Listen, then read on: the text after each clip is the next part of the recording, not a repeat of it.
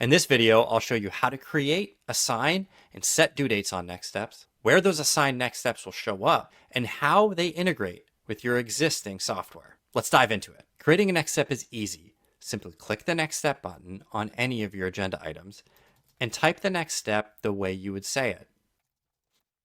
Now, if you've mentioned a person's name or a date, we'll use AI to automatically assign that next step to somebody and set a due date on it.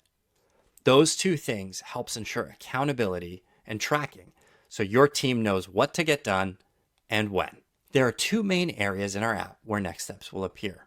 The first is over here in your toolbox.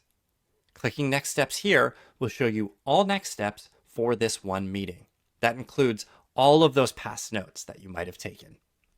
It makes checking in on these during the meeting a breeze. And of course, if people have them done, you can simply check them off here and that notification will go away.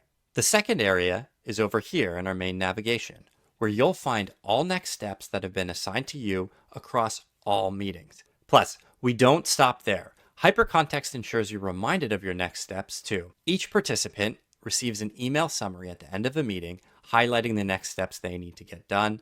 And as next steps become assigned and due, they'll get a notification as well. But what truly sets us apart is how our next steps work with other tools in your tech stack. For example, let's create a next step on this item here.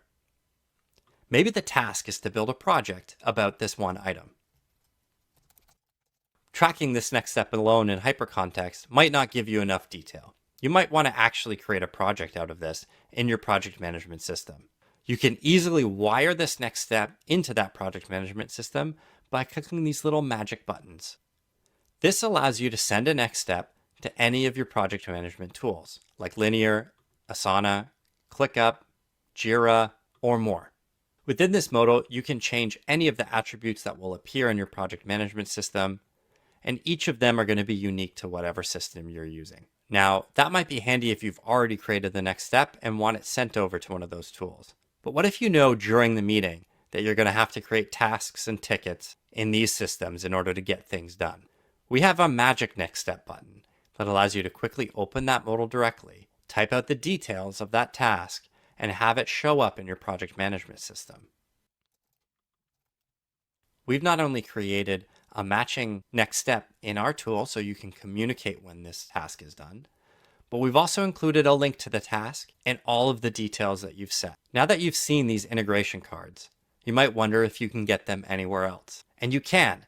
Just copy a link from any of your project management tools and paste them into anywhere you would otherwise take notes in our system. For example, if I've copied a link from my project management system about a bug, I can paste it here, and then the next time I meet with Bob, we can check in on what's happening with this really important project.